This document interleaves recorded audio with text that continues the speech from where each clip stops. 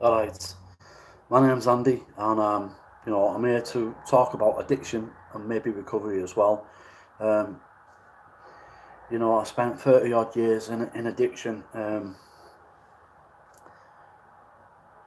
Not that I wanted to be in addiction, let's get that straight. There's a lot of family members that will say to you, like, you know, use your willpower, you can give up. Nah, you can't. Once you're in the control of the substance and it's in your mind and it's in your brain, it has you doing things that you don't want to do. It takes over the mind, it takes over your thinking, it takes over everything, and it can bring you to animal level, and it can bring you to homelessness, being helpless, you know, suicidal, and this is a person trying to kill himself or herself in from the inside out, going up and asking for £10 of anxiety, £10 of fear, £10 of paranoia, £10 of schizophrenia. Now, who would do that in the right mind? And I talk about the mind as well in a little bit, but sometimes we learn, sometimes things are conditioned throughout our life, and I'm not just saying, I'm not blaming parents for the way addicts or alcoholics end up. I'm not at all, not one single bit. They have a condition where they were brought up as well in their family household, and things were tough back in the day, and I get that.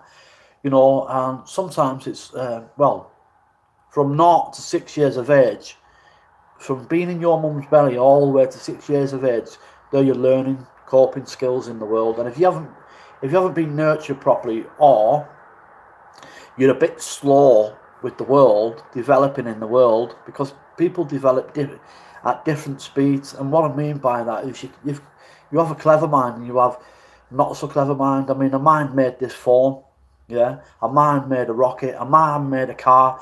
A mind made the computer. A mind made YouTube, yeah. So you have some really clever minds, but you have some minds that are not so clever. That can't make a phone, that can't make a rocket. I can't make a fucking rocket. Excuse me, French.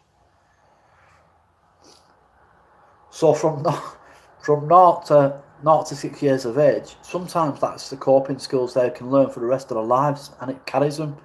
And you have Polish people, you have Pakistani people, you have Sikh people, you have Muslims, you have Polish, you have Scottish, you have Welsh, you have English, you have Chinese, Japanese, Spanish, Russian, etc. Sorry if I've missed your race out. I don't mean to. So we've all got different minds. Every single one of us. We're not born with the same mind. Otherwise, I'd be making rockets. I was going to swear then. So, for me, I can talk about me. So, I felt really low when I was a kid. I felt like self-loathing. I felt negativity. Everything was negative. And then anyone tried to show me, my family, I'll tell you this, I was so negative. It was untrue. They'd try and give me love. They'd try and give me presents. They'd try and give me money. They'd try and give me love. I wasn't accepting of it. I had low self-worth. I was blaming other people for situations. I had resentments with people for no reason whatsoever. Uh, you know, and uh, and I was uneasy. It was uneasy inside. I felt really on edge and discontent. Nothing was ever good enough, no matter what anyone done, no matter what anyone showed me. It was just not good enough. You know, they talk about the endorphins in your mind as well. They talk about the serotonin and the other endorphins, the happy endorphins. I wanted to be happy every single day, and that's just not possible.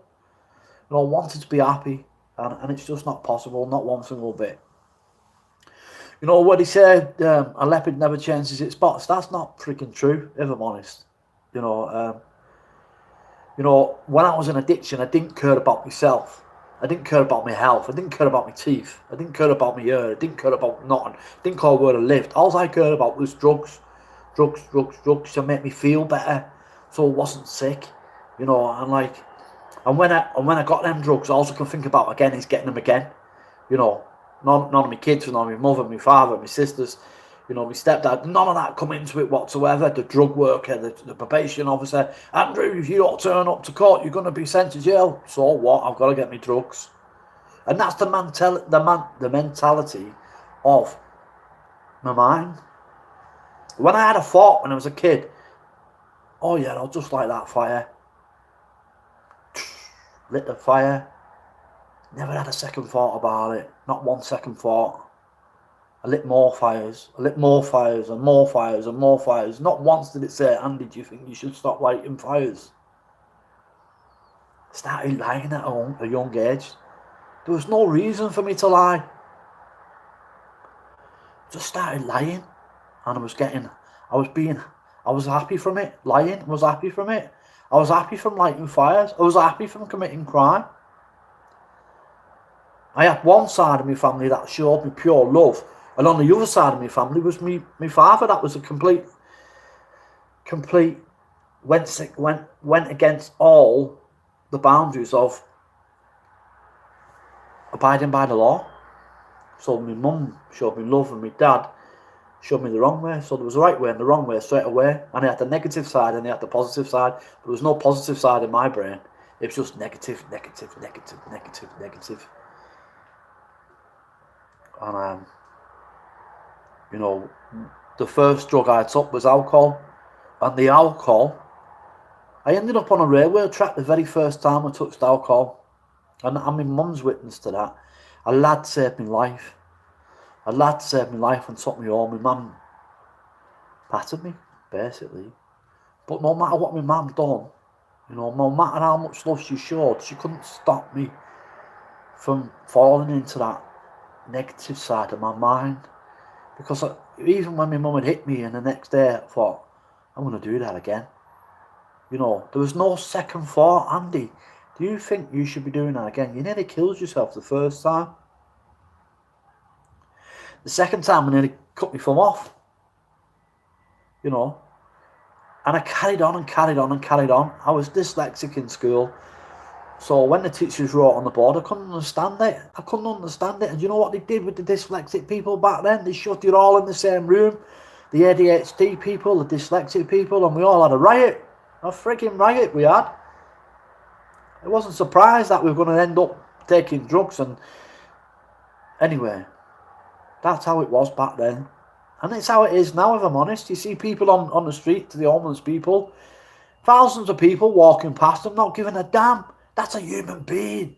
They shouldn't be on the street. No way should be on the street. They shouldn't be dying on the street. Why can't the government just buy a property, right, in the middle of Birmingham, not just Birmingham, Liverpool, all over the cities, right, a property with 1,000 beds, or even a start would be a couple of 100 beds, yeah, to help the homeless people, catch the HIV, catch the hepatitis C, have nurses on site, instead of letting them die. Most of these people that are in homelessness, they've been through trauma, they've been raped, they've been sexually abused, they've had violence from the family members. I'm not just saying this for the fun of it. They don't want to just go into addiction. Some of them can't help it. And I'll have critics saying, what do you mean? You shouldn't be doing that, shouldn't be doing that. Okay, I get what you're saying. We shouldn't have took drugs, we did. And then when we did, we couldn't stop. But it's no use saying, you can do it, you should do it yourself, or disowning the person. The person's got to have love. There ain't a decent rehab there is decent rehabs in Birmingham, but there ain't one what's for free. Do you know what I mean? Where all Birmingham people can go and get help. If it weren't for a 12-step fellowship, I wouldn't know the right and wrong way. Today, I went to a cash machine to get 50 quid out. There was 70 quid hanging out the machine. I grabbed all of that 70 quid and took it back into the bank. Because I had that second thought now. Andy, do you think you should nick that? I had the first thought, put it in my pocket and walk off. But the second thought was there now. Andy, that's not your money. Andy, that could be an old person's money. Andy, that could be an homeless person's money. Andy, it could be someone that's trying to pay a bill, struggling in the world. I have all these thoughts now because I was taught a 12-step program. It gives me that second and third and fourth thought, and it's by going through the 12 steps that I learned that. Hope I've helped someone. And look out for my videos a little bit further. If you have a family member that's struggling with a person that's in addiction, whether it's a son, a daughter, or even a husband, I believe I might be able to help you. I'll point you in the right direction. Take care. Goodbye.